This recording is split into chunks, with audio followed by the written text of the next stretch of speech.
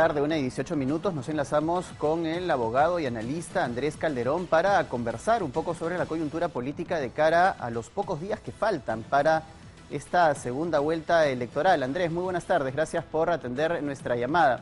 Quiero empezar analizando estos últimos días posteriores al debate del domingo. Estas declaraciones del candidato Castillo y estas noticias que han aparecido también relativas a la candidatura de Keiko Fujimori. Y quiero preguntarte si a tu criterio y desde tu punto de vista, luego del debate, van a tener impacto en la decisión de los peruanos de este domingo. Hola Francisco, buenas tardes y gracias por la invitación. Atendiendo la pregunta, me parece que sí, dado, digamos, el estrecho margen que habían entre ellos hasta lo último que supimos, ¿no? Lo último que era público sobre las intenciones de voto, y dado el desempeño que hubo en el debate, en el que creo que a Castillo se confirmó las grandes carencias que él evidencia en aterrizar ideas específicas de gobierno, las declaraciones de él, para bien y para mal, al igual que en el caso de Keiko, todavía pueden mover la aguja en estos últimos días. Todavía creo que este tipo de errores, por más pequeños que puedan parecer en el gran contexto de toda la campaña, sí pueden terminar inclinando la balanza con relación al todavía significativo porcentaje de personas indecisas que seguramente en esta semana determinarán el sentido de su voto. Ahora, analizando específicamente las declaraciones de Pedro Castillo, por ejemplo, estas declaraciones desafortunadas sobre el feminicidio, que ha tratado de corregir a través de él mismo, de su cuenta de Twitter y sus voceros, de mil maneras, y que parece haberse enredado mucho más en sus declaraciones, en un tema tan sensible, ¿puede ser determinante? Es posible porque, si bien es cierto, si leemos los resultados de primera vuelta, parece que los temas de género, los temas de equidad de género, de reivindicación de derechos de la mujer o de derechos de minorías sexuales y de minorías de género no parecen haber sido tan fuertes, porque los candidatos que más alzaron estas banderas, que fueron Verónica Mendoza y Julio Guzmán, no tuvieron tanta suerte en primera vuelta. De lo que estamos hablando ahora ya no es de los votos duros de Castillo y de Keiko, que seguramente en ellos no va a tener ningún impacto o un impacto muy poco significativo, pero estamos hablando de los indecisos, y muchos de estos indecisos pueden ser personas que apoyaban estas otras candidaturas que, como decíamos, no fueron tan populares en primera vuelta, pero que hoy día sí pueden mover la aguja hacia alguno de los dos. Y yo creo que si, por ejemplo, Keiko tenía un pasivo vinculado con el desempeño de la bancada de Fuerza Popular en los temas de género durante el 2016 y 2019, Castillo parece haber ahora igualar el debe, ¿no? Igualar los perjuicios o los riesgos que uno advierte en esos temas, y hasta quizás superarlo y convertirse en un peligro mayor frente a la candidata Fujimori. Es decir, Castillo ha incrementado en su balance el recuadro de pasivos. Ahora, con respecto al tema de la candidata Fujimori, se ha hablado de que en el debate ella tuvo una mayor exposición de propuestas. Es cierto, Keiko Fujimori propuso algunos temas más por encima de Pedro Castillo en el debate del domingo. Sin embargo, lo que primó en ese debate fue la orfandad del cómo. Es decir, ninguno de los dos candidatos en las propuestas que lograron lanzar en el debate del domingo supieron decirle a la población cómo es que van a implementar estos bonos, estas vacunaciones masivas que proponen y todos estos planes que comentaron en sus exposiciones del domingo. Sí, la señora Fujimori fue particularmente dispendiosa en la cantidad de ofertas que involucraban bonos, aumentos de sueldo, conversiones de casa a planilla, exoneraciones o reducciones tributarias. Y el hecho de que no haya desarrollado el cómo, yo creo que evidencia algo que, mirándolo ya desde la perspectiva un poco más realista, puede ser una estrategia de campaña de la señora Fujimori. La señora Fujimori creo que no le tiene miedo al populismo y no le tiene miedo a asustar a algunos electores en base a un discurso populista, porque sabe que enfrente tiene a Castillo y que probablemente para quienes pese más la responsabilidad fiscal, esa variable no va a hacer que cambie su voto de Fujimori hacia Perú Libre. Entonces creo que ella está confiando en que tiene más espacio para hacer este tipo de ofertas de corte tan populista, ¿no? Como si estuviéramos en una situación de arcas llenas en el Estado, cuando es en realidad todo lo contrario, porque sabe que quizás puede capturar parte de la atención en aquellos sectores en donde no le ha sido hasta ahorita favorable las intenciones de voto, ¿no? O sea, creo que está actuando ahí con un poco de confianza, y las ofertas realmente tendríamos que ser demasiado optimistas para pensar que todas ellas se van a poder cumplir.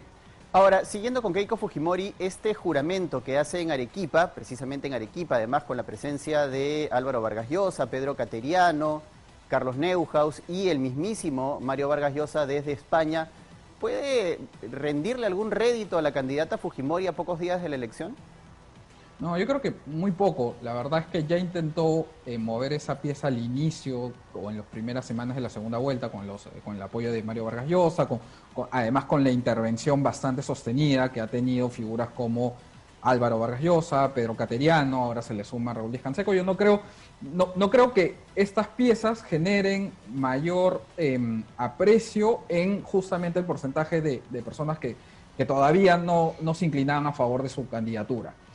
Por otro lado, también insiste, digamos, no creo que esté mal que ella firme compromisos o que haga declaraciones de este estilo, porque finalmente, de cara a la rendición de cuentas, es mejor que se comprometa más cosas que no lo haga, ¿no? Para poder exigirle resultados.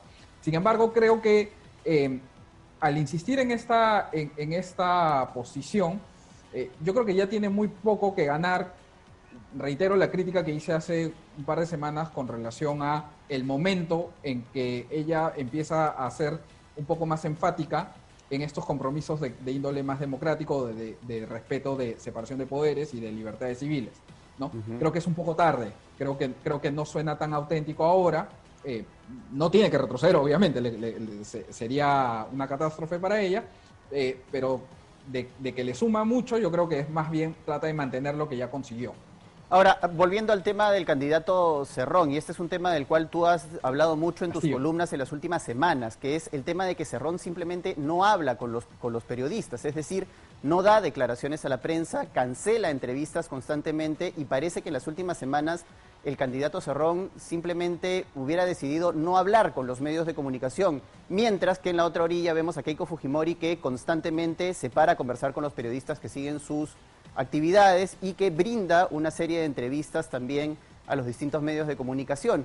Ese actuar le puede costar al candidato Cerrón en términos de que pareciera que no quiere dar la cara, no quiere exponerse, no quiere hablar con los periodistas sobre sus propias propuestas.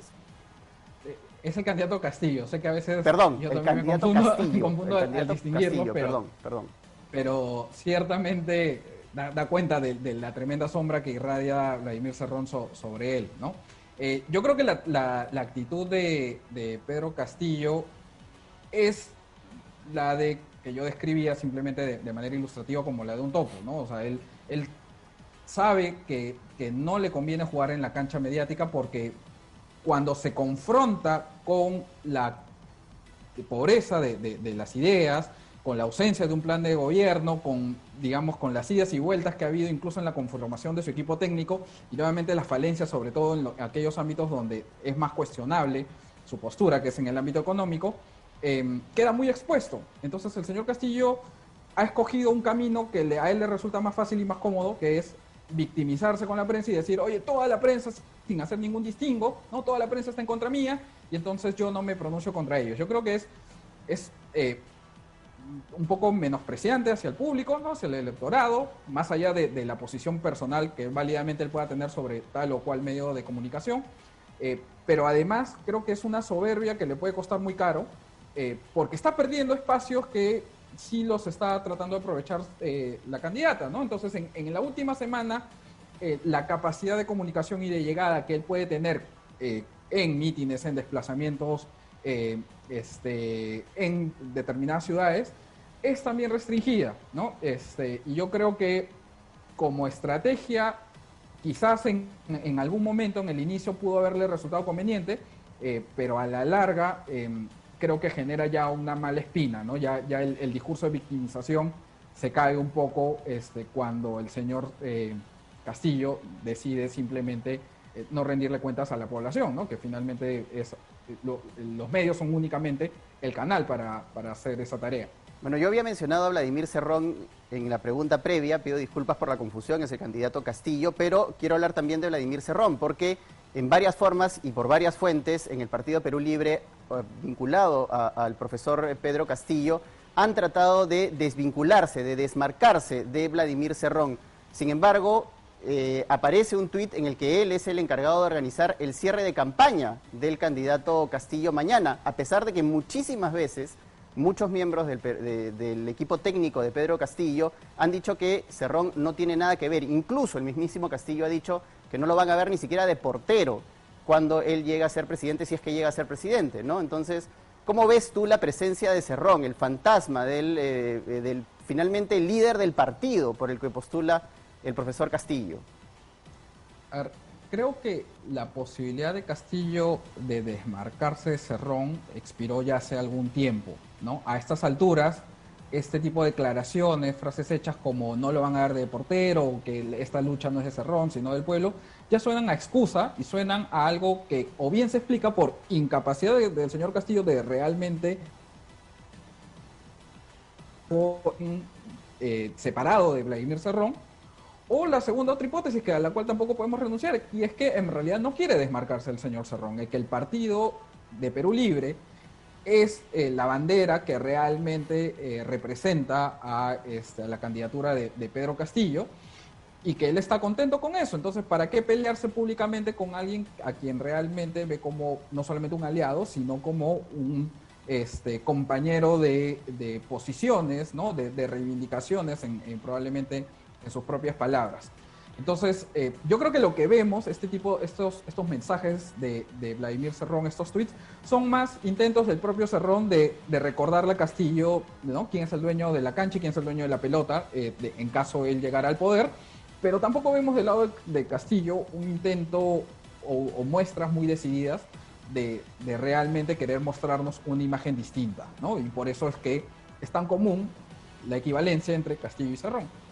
Así es. Yo quería preguntarte también, Andrés, por el tema de lo que ha ocurrido hace algunas semanas ya en el Braem, esta masacre horrorosa que todos condenamos y que de alguna manera pone nuevamente en medio de la campaña electoral a Sendero Luminoso, a estos remanentes que permanecen todavía en el Braem. Se han hecho públicos algunos audios en las últimas horas de la camarada Vilma y quería preguntarte si esta variable de Sendero Luminoso, del terrorismo, juega también en estos últimos días previos a la segunda vuelta. ¿Qué pregunta para más difícil? Porque lamentablemente juega.